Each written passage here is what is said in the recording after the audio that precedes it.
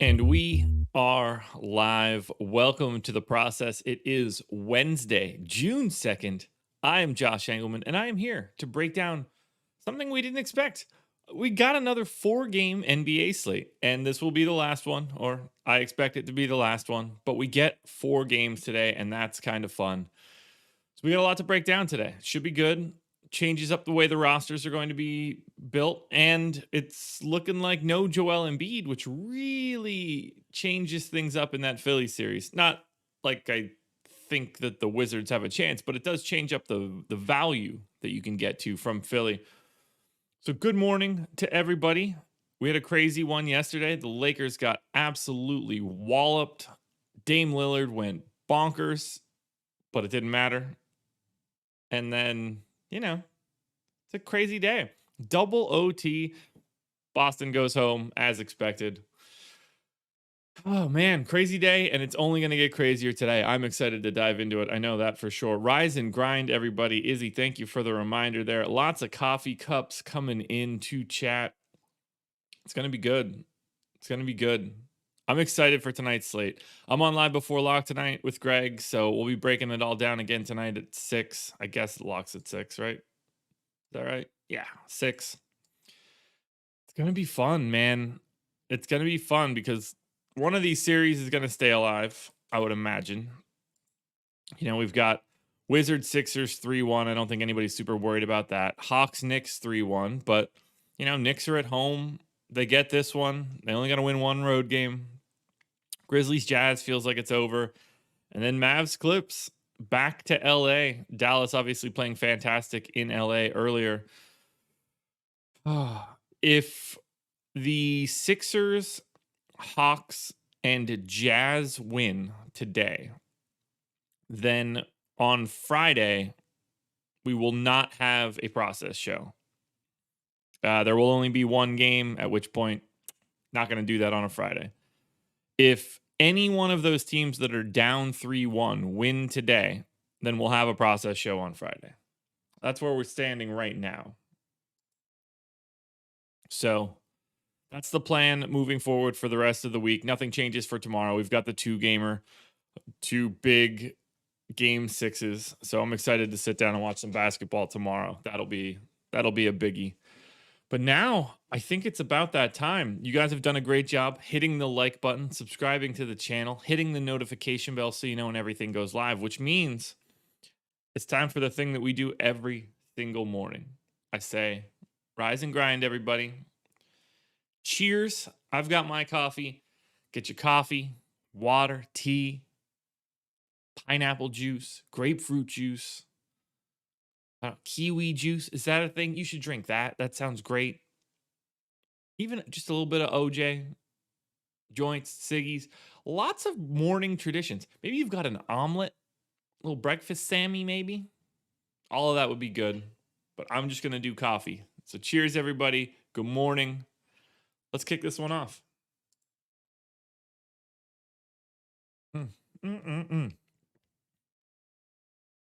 There is something to be said for sharing my first sip of coffee with you guys each morning, because it doesn't get better than that first sip. It really doesn't. Really feels like it makes me start my day off differently. Yeah, Dame went truly bonkers yesterday. Unfortunately, didn't matter. Portland picks up the L. But Suns beating the Lakers by 30. That's something. All right, let's get into it. Atlanta Hawks. Hawks looking to close out the Knicks. And I can't imagine we're making big changes here. They've been pretty set in this rotation as of late. Other than DeAndre Hunter being on the injury report, probable for his knee. Cranberry apple cocktail with a croissant sandwich. Sounds good. It really does sound good. I guess like there's a scenario where I don't expect DeAndre Hunter to play 34 minutes, but if it's competitive, it does. I really do think that it happens. I guess Bogdanovich would be the guy that could potentially play more, but at 35 minutes, I don't really know where I would be taking those minutes from. I guess potentially I could take one from Lou Will, take him up to 36. Let's do something like that. Doug, you're welcome, man. I'm happy that your bankroll is growing. That's awesome. That's what the goal is of this show. So happy I'm able to help in any way. I'm fine with those DeAndre Hunter minutes. I'm fine with those. It's probably Gallo that needs an extra minute. Where does that come from? Capella, maybe? No. Collins? No. Collins, yes, actually. I'll take Collins down to 30. We'll take Gallo up to 25. Rates are definitely staying the same. So for Atlanta, DeAndre Hunter on FanDuel at 4,600 stands out to the most to me. And at 4,600 on DraftKings, similar story. But here's the most important part. I don't think that Atlanta is looking all that great on DraftKings. I think they're overpriced. I don't like it here. Trae Young would be second, 8,800 on FanDuel, 8,900 on DK. I think he looks good, not great. I don't think anything looks great here so far. Now, everything's relative, but I think we're going to have an easier time getting to other parts of this game. Not necessarily of this game. Like, we've got a 208 total on Hawks Knicks. We're at 229 for Wizards Sixers, 225 for Grizz Jazz, 217 for Mavs Clippers. It's just really hard for anybody to really pop up here if pricing is relatively efficient. And as you get further into the playoffs and further into just an individual series, these prices get pretty dialed in. There's not a lot of meat left on the bone for Atlanta, and that's especially in this pace down spot against the Knicks with a super low total. So I think, you're ending up with like one piece of this game or one piece of Atlanta in some lineups, and that's fine. If you get to a little bit of Trae Young, I don't think that's crazy, but it's really just not that ideal of a fantasy spot. Let's head to Dallas now. This one's going to be clearly a little bit different. We've got Luka probable. We've got Maxey probable. So we know what's happening here. But 2-2 back to LA, coming off of two just not, 1.5 non-ideal games for Dallas. God, that coffee tastes so good right now. All right, let's try to figure out where we need to go here for the Mavs. Luka for 38 minutes seems right. Tim Hardaway for 38 minutes seems right. I think Maxey plays as much as he can. 34 feels about right. Wouldn't shock me if they went back to Boban again. How did they fare in those minutes? Probably not well, if I had to guess. Boban finished He finished +3. So I actually do think he might see the floor again in lieu of Dwight Powell. I don't think it matters in terms of DFS, but I think he's going to be out there. The real question is, what in the world do we get out of Kristaps Porzingis for the rest of this series? If we want to look at just Dallas and just the playoffs, just to see how everybody's been doing so far.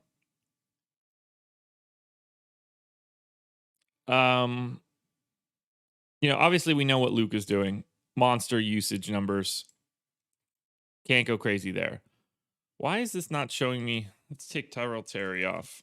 It's supposed to be just postseason. Yeah, there we go. Okay. Wow, Luke is at 43.5% usage so far during this series. That is truly crazy. Porzingis is at 20%. I don't think it's possible that stabilizes in that way, but I am going to bump Luka up a little bit further. He still has the 11% assist rate, so that seems fine. Rebounding seems fine. Nobody else is really doing anything major from a usage perspective. So I think bumping up Luka just slightly makes some sense. Dorian Finney-Smith actually using more possessions than I was expecting, but 0.51 FanDuel points per minute so far during this series is all kinds of dreadful.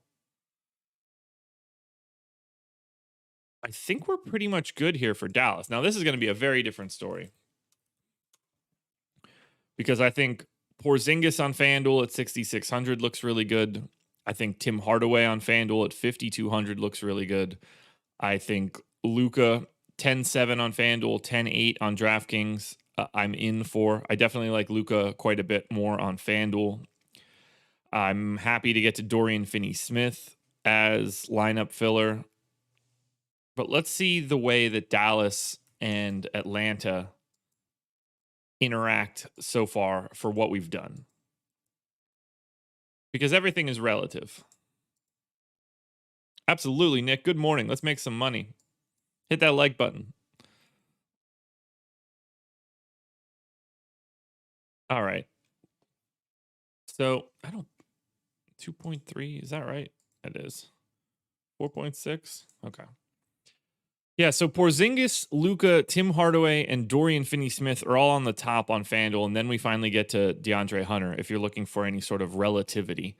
On DK, same sort of story. Luka, Hardaway, Finney-Smith, Kleber, but DeAndre Hunter is in that same group. There's not a lot of separation on DK. Everybody's sort of packed together, whereas on FanDuel, Porzingis, Doncic, Hardaway separating from the pack a bit more. Which makes a lot of sense. It's just a simply better fantasy game. Clippers now. This one feels like it's actually going to be kind of tough. I don't trust this team a lot. Serge Ibaka doubtful, which we know. They've obviously moved to a smaller lineup. More Reggie Jackson. I think Rondo in for 25 minutes might be a tad high. Pat Bev played 5 minutes the last game, and I believe he didn't play in the second half. Am I right? I am right. Oh no, he closed in garbage time. Okay. So Batum is clearly the guy that I need to give more minutes to because those minutes are just happening. I don't think they're going to be dusting off too much more of Ivica Zubac, but at the same time, I do want to give him a little bit of a bump. So I'm going to take 1 minute off of Rondo. I'm going to take 4 minutes off of Pat Bev. That opens up 5 additional minutes for me. And I'm going to work those across the positional ladder. So flip-flop here. We'll turn that into 13 and 27. And then we'll turn that into 21 and 19. Now, I think we get Nick Batum to 32 immediately, and that kind of helps. And I don't think it's crazy to say that Patrick Beverley might not play today. Is that wild to think about? Like, we didn't see we saw Beverley come in for 50 seconds at the end of the second quarter. I don't think he's going to play. I'm going to take all of his minutes.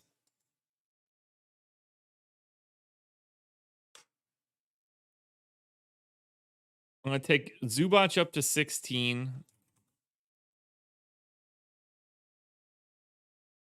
I'm going to take Marcus Morris down to 32. So that leaves me 3 short. We'll take Batum up to 33, since that seems to be a pretty normal thing now. I need to add 6 more minutes at point guard, so that'll take me to 24 and 7. Okay. Yeah, that works. I've got 2 random minutes that can go somewhere. I don't think they go to Marcus Morris and Zubac. Kawhi's in at 40. Paul George is in at 40. All of these other guys seem fine. So I am just going to give 2 rando minutes back to Patrick Beverley. So we want to take that to 15 and 25.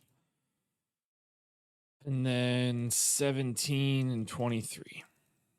2 to Bev as spillover.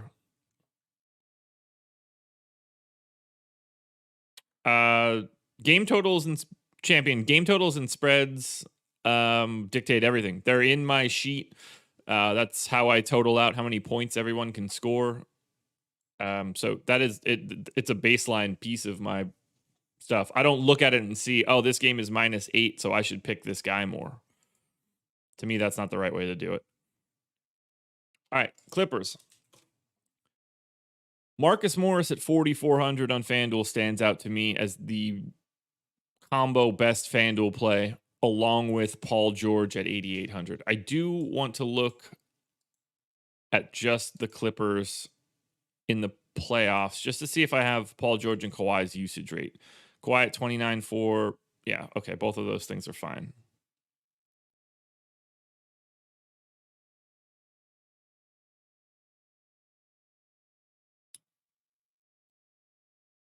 So Gambit, just to clarify on that one, because you're saying you want to focus on games that have a higher overall projected score. Yes and no. That's the effect of the extra points. It's not necessarily the first thing you want to do. That's just sort of the knock-on effect for the fact that there are extra fantasy points. So it's not like, because you get into this sort of self-fulfilling prophecy where if everybody does the same thing, then the lower point games actually become undervalued. But in theory, there are more fantasy points in high total games than low total games. And in practice, that doesn't necessarily have to be a good thing depending on the pricing algorithm, because you can just as easily slightly price up guys in those games for the fact that they score more points. So you can't just blindly look at it. It's just an assumption that those guys will be better.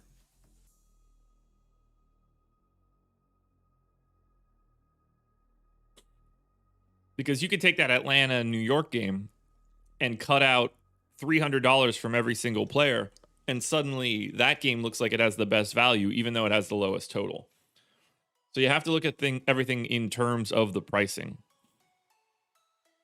I like the Clippers a little bit more than I thought I would on FanDuel with that Marcus Morris, Paul George stuff. On DraftKings, I think everybody looks really similar.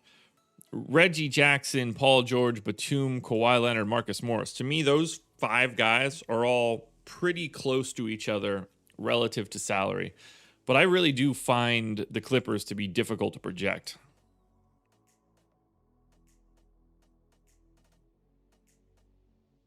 Not necessarily, Gambit. They could just be bad defensively. I mean, in theory, yes, you would expect higher total is going to be higher pace. That's just sort of going to be natural, but it's not necessarily true that it has to be. But again, same sort of story. Just because it's a high pace game, just because it's a high total game, doesn't necessarily mean those guys have to be good DFS plays, because they could just be overpriced.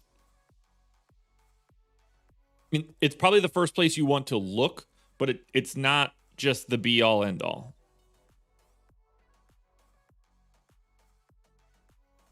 Like the perfect example would be like Washington, Philly. Like if they just suddenly make Bradley Beal 11K or 10-5, it would be reasonable given his output. But just because it was a high total, like he would also then be really difficult to get to. All right, as we look at this summary now for the Clippers, Reggie Jackson and Batum move to the top of the DraftKings table. So this Dallas Clippers game is looking very, very good in terms of just aggregate ownership so far. Porzingis and Luka and Hardaway are still at the top on FanDuel, but Paul George and Marcus Morris also sneak in. Yep, Cantor, you nailed it. I say it a lot, but people forget. All right, on to Memphis. Memphis trying to save their season. And if I'm being honest, I don't really expect them to save their season. So let's think this one through. I'm going to bump up Ja's usage rate a little bit. Bump up that Dylan Brooks usage rate a little bit as well. Now let's figure out what we're doing here for Memphis as I take a sip of coffee.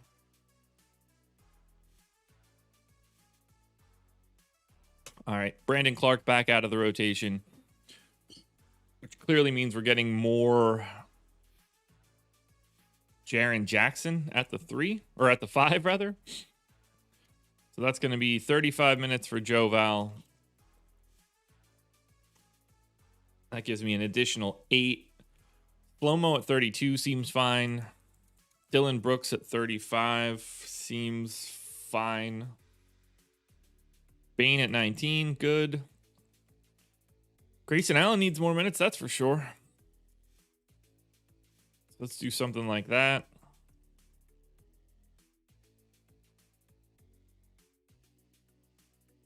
Yeah, let's get him up to 27. Yeah, 27 makes sense. And then I think we get DeAnthony Melton to 18. I think that's the best that we can do right here.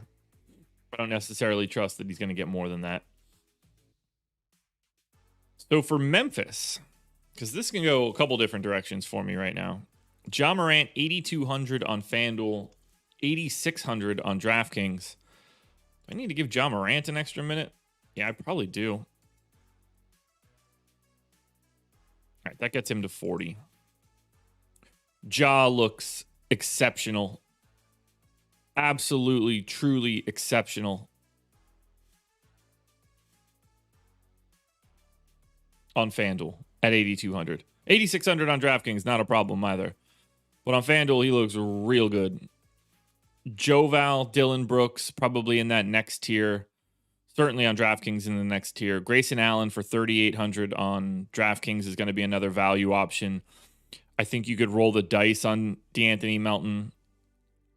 I'm a little surprised that Jaren Jackson doesn't look better, but maybe that's a rates thing. Am I under projecting him a little bit? 20% usage. Probably right on. Yeah, 21. He's been a 0.98 guy in the series. I've got him at 0.97. Give him a little bit of a bumpy bump, but nothing crazy. Yeah, 0.98. I got no problems here. Ja Morant on FanDuel is going to be a problem. Yo, Double R, that's awesome, man. 14K yesterday? That's sick. Congratulations. That's awesome. Yeah, save that for the strategy show. Maybe Laffy can feel a little bit better about himself. Let's add Memphis to the table because Ja Morant is, I believe, about to be the clear-cut #1 play on FanDuel thus far. Yep, not even close. Morant is 3 points clear of Porzingis, 3 points clear of Luka today, looking great. On DraftKings, similar story. He is at the top of the heap, #1 play so far today. So far, through how many teams have we done? We're done 4. We're at the halfway point, Ja Morant is the best play on the slate. Speaking of halfway point, 102 viewers, 56 likes. That is the literal 50-50 mark. We don't like halfway points like that. Hit that thumbs up if you're here and you have not done so yet. Let's run that number up a little bit more. I've got a big ego, in case you didn't realize, and seeing the like number go up stokes that flame.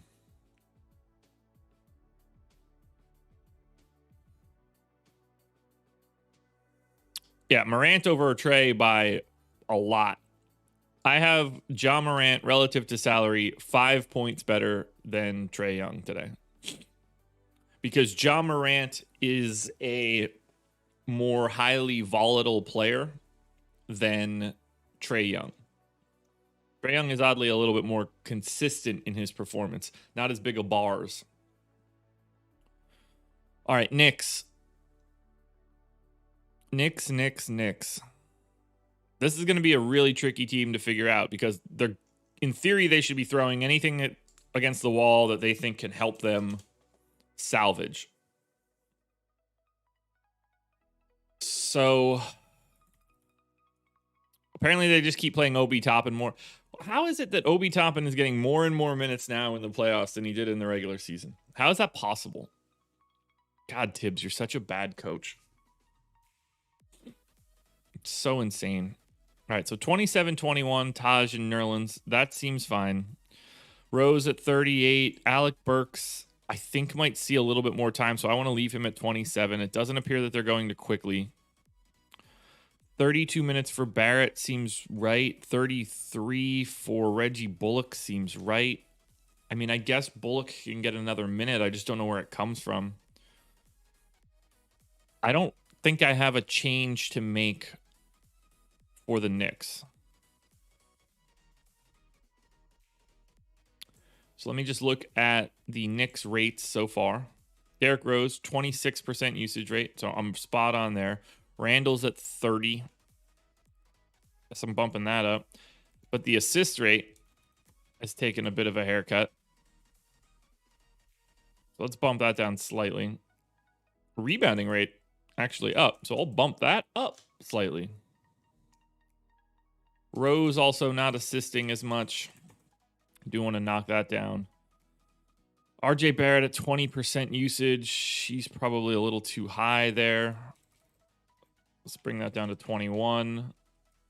And that'll let me bring Alec Burks up to 22. All right, for the Knicks. Trying to keep their season alive. Derrick Rose, 7,100 on FanDuel, 7,300 on DraftKings. He would be my number one Knick play. Alec Burks, 5,100 on FanDuel, 5,100 on DraftKings would be my number two Knicks play. But I think Burks, Randall, and Gibson all look pretty similar on FanDuel. Burks, Barrett, Randall, and Gibson, for the most part, look similar. Burks just a little bit more volatile than the rest of that group. Nothing too crazy going on for the Knicks here. If I add New York and add New York. On DraftKings, we see Derrick Rose slot into the 8th spot. And he is just in this morass of guys that I can't really separate. On FanDuel, though, he's 4th, and he's in that second tier pack. So we've got Ja at the top. Then we get Porzingis, Luka, Derrick Rose, and Tim Hardaway in sort of the next tier. Paul George is like a half step behind those guys. 3 to go. And here's where it starts to pick up. So now we actually have something to talk about. The Philadelphia 76ers are next on the list.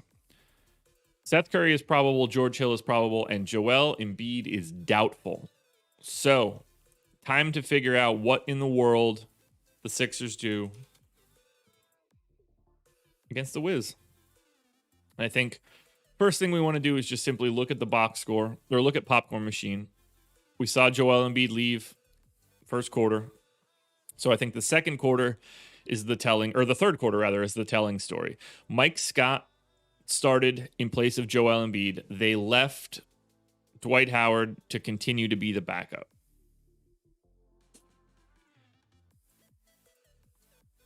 The question then becomes, Is Mike Scott the expected starter for this game? Or do they start Dwight in theory against Daniel Gafford? I'm going to go with the assumption that they play the same minutes and it doesn't matter. So let's give 20 minutes to Dwight.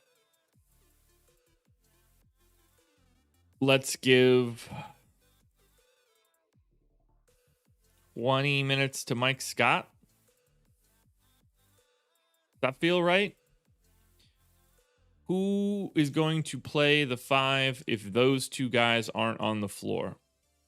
So we got only those guys until the end of the fourth quarter. They closed with Curry. All right, so they are going to close with, in theory, Ben Simmons at the 5. That is interesting. So let's start knocking these guys down a peg. I'm going to start taking out minutes for guys that I don't think matter.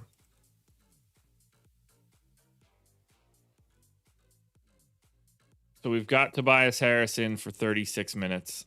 I'm going to give him an extra minute.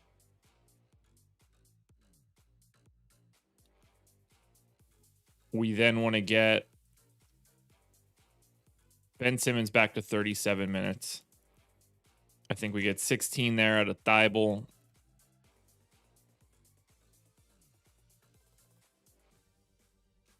And we get 31, I guess, out of Seth Curry, 16 out of Maxey.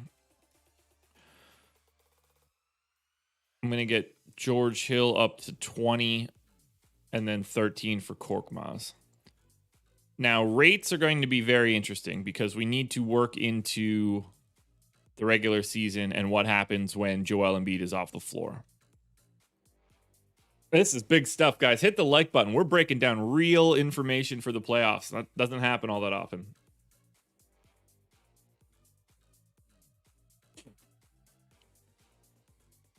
All right. We've got Joel Embiid off. Anybody else I need to take off? Oh, in theory, Shake. What happens if I take Shake Milton off? All right, so we get Tobias Harris to 28.7 in usage. That works. Ben Simmons' usage rate with no Joel Embiid and no Shake Milton on the floor is 25%. I don't want to go that crazy, but I'm going to go to 23.5.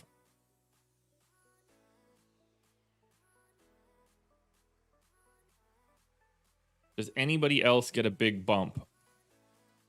I can't push Maxey's too high because it's the playoffs. I just don't think that's going to work like that.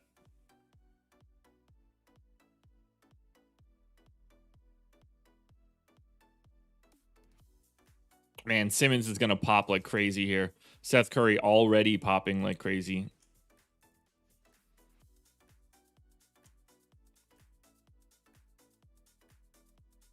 I think that's going to have to be where we end up.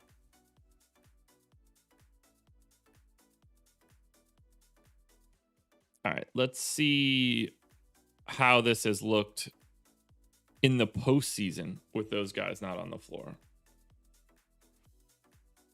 I'm willing to put Shake back on here.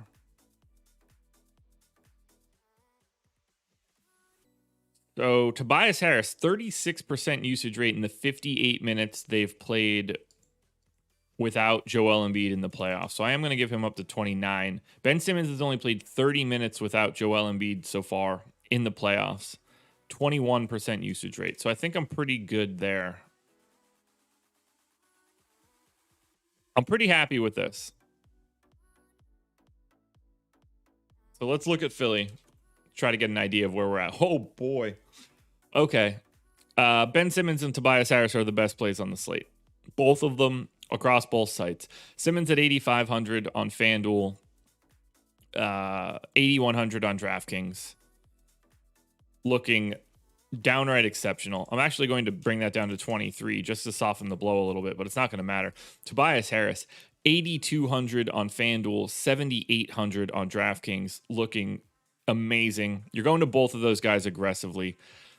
I love Seth Curry today. 4,700 on FanDuel, 4,800 on DraftKings. Very high end option. Danny Green, 5K on FanDuel, 4,900 on DraftKings. Looks good across both sites. Dwight Howard, 5K on FanDuel, 4,300 on DraftKings. Look, you're just playing a ton of Philly. I need to add them to the list. That way you guys can see how big of a play that it's going to be. But if we just start on DraftKings, Simmons and Harris are 6 or more points ahead of Ja Morant. It's not even close. Seth Curry and Dwight Howard. Like, Dwight Howard's a better comp to Ja Morant today relative to salary. You're just unloading on Philly. Simmons and Harris. Harris is 2 points clear of Ja on FanDuel. Simmons is 4 points clear of Ja on FanDuel. Simmons, Harris, Morant would be my preferred trio to start lineups. Man, it was looking like Dallas was going to be ranked pretty high, but Philly is just curb stomping everybody in terms of value. Unload on Philly. Love it. Love it. Utah is going to be the opposite feeling, if I had to guess. My assumption is that we don't care all that much about what Utah has going today. Although Bojan might be grading out pretty well. 33 minutes. Yeah, I don't really have minutes changes that I want to make here. I guess I'll take one here from Conley and give that to Mitch. But the rest of this looks right. Utah's just not a team that does different things. Yeah, they are not grading out all that high. Bojan Bogdanovic at 5,400 on FanDuel with Donovan Mitchell and Rudy Gobert just lightly behind. Those are my top 3 guys here. Same story on DraftKings, but swap out Bojan for Conley. But ultimately, Utah is not anywhere near the top of the list. Like on Utah, who's the first Utah guy on DraftKings? Donovan Mitchell is 20th. He would be the first guy to show up. On FanDuel, Bojan Bogdanovic, 11th, is the first guy to show up. Utah's probably my least favorite team coming out of the sim once we see it. And then we close it out with the Washington Wizards. Picked up the win in the last game. We saw Daniel Gafford and Robin Lopez play 45 of the 48 minutes at center. I'm going to give Gafford 26. I'm going to give Robin Lopez 17. And I think Rui then plays the final 5 at center. So I need to turn that number into 9. So I've got Rui in for 34 minutes. He played 41. So I'm going to actually give him those 5 minutes back. That takes him to 39. Neto, Ish Smith. We can go a couple different ways there. Oh, yeah. No Bertans. Holy hell. I almost forgot. Just so used to it. Russ in. Obviously no Denny. Bertans out. Done. Totally forgot. Would have saw it shortly, but. All right, so that makes Rui's minutes a lot easier to deal with. We're going to give Anthony Gill the backup 4 minutes. He seems to be the next guy up. I think that we see Raul Neto play a little bit more now with no Bertans. So we'll take that to 25. Ish probably gets an extra minute. So we've got 16 minutes left over. I guess I probably can give an extra minute to Russ and an extra minute to Beal. That leaves me 14 minutes left over for some sort of combination of Garrison Matthews, Isak Bonga, Len potentially even seeing like a random rotation, Chandler Hutchison. Someone's going to get this run. I just don't know who it is.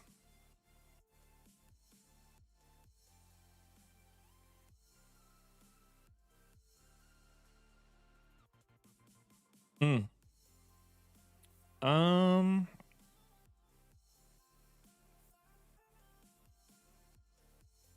gonna say that it kind of gets split. We're gonna go 7 to Garrison Matthews, 7 to Chandler Hutchison. Rates I know are going to be the same. There's basically like a 0% chance we're going to be changing anything here. Just to double check, Wizards in the playoffs. Russ, pretty low usage rate. Beal, exactly where you would expect it to be. Bump up Russ's assist rate a little bit. And for Washington now, remember, we're expecting a lot of different stuff here. Daniel Gafford looks like a really good value once again. 5,100 on FanDuel, 4,700 on DraftKings. Rui, another exceptional value. 5,200 on FanDuel, 4,800 on DraftKings. I think Neto looks solid on DK at 3,300. And then I prefer Bradley Beal to Russell Westbrook. I'm not expecting a ton of Westbrook to pop up, but he'll probably get pulled to the top a little bit more given the amount of value. But there's just so much interesting stuff in the 8s and so many guys in like the mid 4s, like Rui, Seth Curry, Daniel Gafford, Neto, Howard, Reggie Jackson, Danny Green, Maxey. Look at all this value at the top. Maybe Russ will pop a little bit more than I was expecting. But we're done, guys. We have made our way through all 8 teams, 7-11, so it's time to run some crunches, which means hit that like button. 78 likes, 130 viewers. Let's do it. No, we don't start on DraftKings. That'd be weird. FanDuel, optimal lineups. Well, if Russ has 15, 15, and 15 today, you definitely don't want to have him. Because I don't think that's going to be enough. That'll be like a median projection. All right, optimal lineup on FanDuel by 0.3 of a point. Ben Simmons, Ja Morant, Tim Hardaway, Seth Curry, Kawhi, Rui Hachimura, Tobias Harris, Daniel Gafford, Taj Gibson. And you can mix that up by dropping 0.4 of a point. You swap out Ja for Luka. You swap out Kawhi for DFS. And you swap out Taj for Joval. Okay. But moral of the story, a lot of Ben Simmons, a lot of Tim Hardaway, a lot of Rui, a lot of Tobias Harris, a lot of Gafford.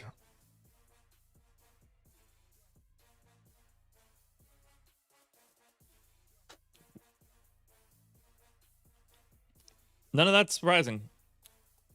What will be surprising is what shows up in the power rankings. So, power rankings on FanDuel for today. And we know the general design of what this is going to look like. But, okay, so this is interesting. It's not pulling Russ up. It's looking like balanced is the move for today. Very anxious to see what Russell Westbrook's ownership looks like. Because if he's coming in heavily owned, that is going to be another fade for me. Tobias Harris at the top. Daniel Gafford, Ben Simmons, Seth Curry, Rui Hachimura. So 5 guys at the top of this list from Sixers Wiz. Then we get Porzingis, Tim Hardaway, Bradley Beal, Ja Morant, Boyan, Luka, Rose, Danny Green, Dorian Finney-Smith, rounding out the top of the power rankings. If we look at it from a positional standpoint, Ben Simmons very clearly at the top of the heap at point guard, but Ja, Luka, Rose. I mean, even getting to Russ, 22% in that crunch. That's not crazy. But if he's slightly behind Luka, which to me he is, at a bigger salary, then it's hard to get there. And Ben Simmons, Ja Morant, and Derrick Rose are all such good plays. Russ's ownership will be very interesting. I didn't even say Trae Young, who's also in play. Point guard is loaded today. Absolutely loaded. I mean, there are... To try to get an idea of how this is going to break out, because we didn't even mention guys that could just become good plays from value, whether that's, say, what if Neto goes for 25, becomes an incredible point per dollar guy? George Hill has that ability to do so. People love Rondo. It is point guard on FanDuel is very tricky. Shooting guard. Seth Curry and Tim Hardaway Jr. looking really good in the mid tier, but then you get to Bradley Beal, Paul George, Donovan Mitchell. Like one of those guys probably has a really big raw points game that becomes necessary. And then you start worrying about the bottom half of this. Alec Burks shooting to save the season. Dylan Brooks has been going crazy. This Jalen Brunson, Grayson Allen, Reggie Bullock area wouldn't surprise me. Tyrese Maxey now with no Joel Embiid. The fact that he's 4,400 is really the only saving grace. Shooting guard, not all that easy. Small forward, to me, a little bit simpler. Rui's just going to look good at 5,200 because he should be playing a ton of minutes. Boyan, I probably have slightly overrated, if I had to guess. Danny Green, Dorian Finney-Smith, DeAndre Hunter. Look at this. 5,200, 5,400, 5K, 4,500, 4,600. That's 5 of the top 6 guys at small forward, all between 4,600 and 5,400. I mean, that's just a random number generator. Look at that. 32, 27, 26, 25, 22. I mean, they're not even separated by all that much. Rui is definitely the top of that heap, but he's not miles ahead of these guys. So being relative, like just sort of, if any of these guys, if any of Rui, Boyan, Danny Green, Dorian Finney-Smith, Hunter, if any of those guys pull a lot of ownership, just taking someone else in that list is probably a plus EV move.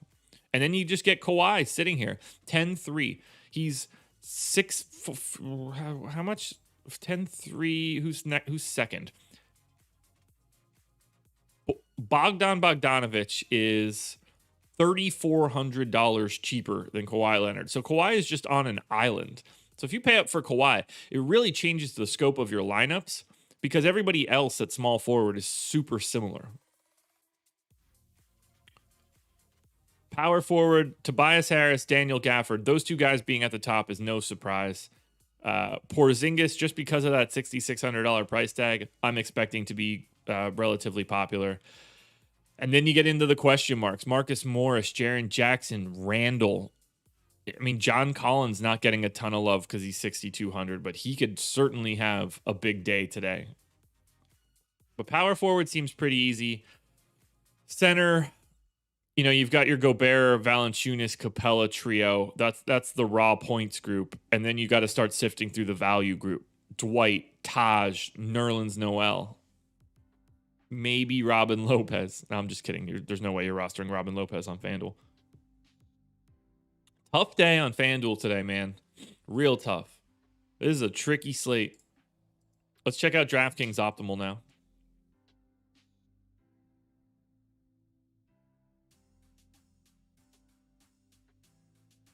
All right. DraftKings Optimal. Ben Simmons, Seth Curry, Tobias Harris, Rui Hachimura, Dwight Howard, Reggie Jackson, Luka Doncic, and Daniel Gafford. So 1, 2, 3, 4, 5, 6 from the Sixers, Wizards. You get to Luka as the pay-up option. You can drop down, 1.1 points. So I'm not even going to look into that. What's the swap? Rui, Dwight. Oh, you just turned Reggie Jackson into Marcus Morris. Fair enough. All right, power rankings on DraftKings.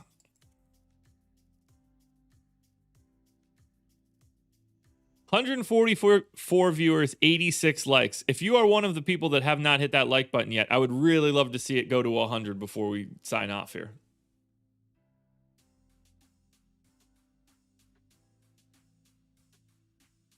I see it slowly trickling up. You guys got it? Yeah, you know you want to do it. Oh, 92. Big jump. Big jump. 8 more.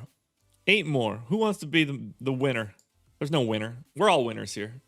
93 likes. 94 likes. Got my eye on you, like number. It's going to jump to like, there it is. 96. You're so close, everybody. 4 more. 2 more. 98. Who wants to be the person that gets to 100? Who's going to do it? Is anybody going to do it? Oh, somebody's got to hit that thumbs up. Stuck at 98. Y'all are the worst. Power rankings for DraftKings. Tobias, there it is. 100 likes. Appreciate you guys. I really do. Tobias Harris, Rui Hachimura, Ben Simmons, Daniel Gafford, Dwight Howard, Luka Doncic, Bradley Beal, Seth Curry, Kawhi Leonard, Jairzinho Neto, Ja Morant, Paul George, Donovan Mitchell, and Derrick Rose. But Sixers, Wizards, Sixers, Wizards, Sixers. A lot of that game showing up, looking good. These guys are underpriced. No Embiid. It's going to be a wild one. Let's close it out with Yahoo. We'll be quick here. And then that's going to do it. We're going to be done.